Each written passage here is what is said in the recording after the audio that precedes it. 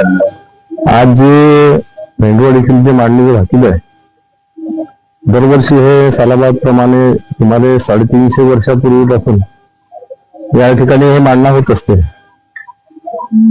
तर यावर्षी सुद्धा ही मांडणी झाली. अक्षय तृतीया दिवशी सायंकाळी ते बाहेरच्या शेतात मांडणी केल्या जाते आणि दुसऱ्या दिवशी म्हणजे आजच्या दिवशी ते सकाळी सूर्योदयाच्या वेळेस निरीक्षण होते.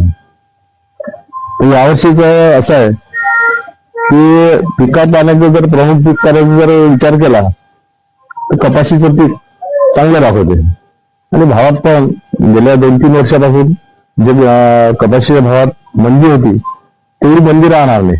थोडाफार जास्तीचा नाही पण थोडाफार भावात बदल होईल. तसंच दुसरं प्रमुख पीक म्हणून ज्वारी आहे. ज्वारीचं पीक चांगलं आहे, भावात पण तेजी दाखवते. तूर जे आहे तूर मोगम आहे. मोगम याचा अर्थ साधारण पीक होते. काही ठिकाणी त्या चांगलं पीक येऊ शकते पण अवकाळी पाऊस दाखवते, त्यामुळे काही ठिकाणी त्याची नासाडी सुद्धा होऊ शकते. त्याच्यानंतर तिळाचं पीक आहे. तिळाचं पीक चांगलं होईल पण काही ठिकाणी नासाडी होईल. त्याच्यानंतर प्रमुख पिकात मूग येते. मुगाच्या भावात तेजी राहील, पीक साधारण येईल. उडदाच्या भावात पण मंदीच राहील, पीक साधारण येईल.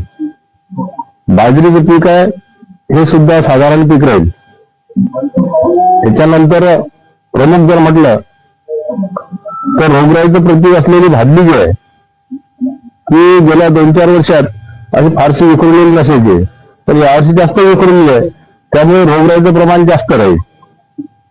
माणसांवर आणि जनावर गुरं यांच्यावर तसंच पिकावर सुद्धा रोगराईचं प्रमाण जास्त राहील. आणि त्याच्यानंतर रब्बी पिकाकडे तर रब्बी पिकामध्ये प्रामुख्यानं गहू आहे, हरभरा आहे. तर गव्हाचं पीक चांगल्यापैकी दाखवते. हरभऱ्याचं पीक जे मोगम आहे, तर मोगम असल्यामुळे काही भागात हरभऱ्याचं पीक चांगलं येईल आणि काही भागात साधारण पीक येईल, पण एकदम पीक येणार नाही असं नाही आहे. राष्ट्रीय स्थिती त्याचबरोबर तसंच पावसाचं जे प्रमाण आहे, पाऊस हा पहिल्या महिन्यात थोडा लहरी स्वरूपावर राहील, कुठे कमी होईल कुठे जास्त होईल, सार्वत्रिक पेर होणार नाही. दुसऱ्या महिन्यात मात्र बऱ्याचशा ठिकाणी पेर सार्वत्रिक होईल. तिसऱ्या महिन्यात एकदम पाऊस चांगला आहे. चौथ्या महिन्यात सुद्धा पाऊस चांगला आहे. या तिसऱ्या आणि चौथ्या महिन्यात म्हणजे ऑगस्ट आणि सप्टेंबर या महिन्यात अतिवृष्टी काही काही ठिकाणी होईल. त्यामुळे बरेचसं नुकसान सुद्धा होईल. कारण पुरी नसल्यामुळे, पुरी नसणे हा याचा अर्थ असा आहे की अतिवृष्टीमुळे पृथ्वीचा नाश होणे किंवा युद्धजन्य परिस्थितीमुळे सुद्धा नाश होणे.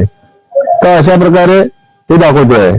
तसंच राजकीय परिस्थिती जी आहे, राजा कायम आहे पण तणावात राहील. राजा म्हणजे आपली जे करडी आहे, करडी संरक्षण खातं आहे, हे बाहेरच्या दिशेला गेलेलं आहे. त्यामुळे युद्धजन्य परिस्थिती निर्माण होईल. जगात तर राहीलच पण आपल्याला सुद्धा त्याचे सावट भोगावं लागतील, कारण त्याचा आपल्याला सुद्धा पडणार आहे. त्यामुळे राजा हा तणावात राहील. आणि आर्थिक परिस्थिती जर विचार केला तर करंजी हे प्रतीक असते, तर करंजी नाही आहे, फुटलेल्या अवस्थेत आहे. त्यामुळे आर्थिक परिस्थिती सुद्धा देशाची फारशी अशी सुदृढ राहणार नाही, ढासळलेली राहील थोडी.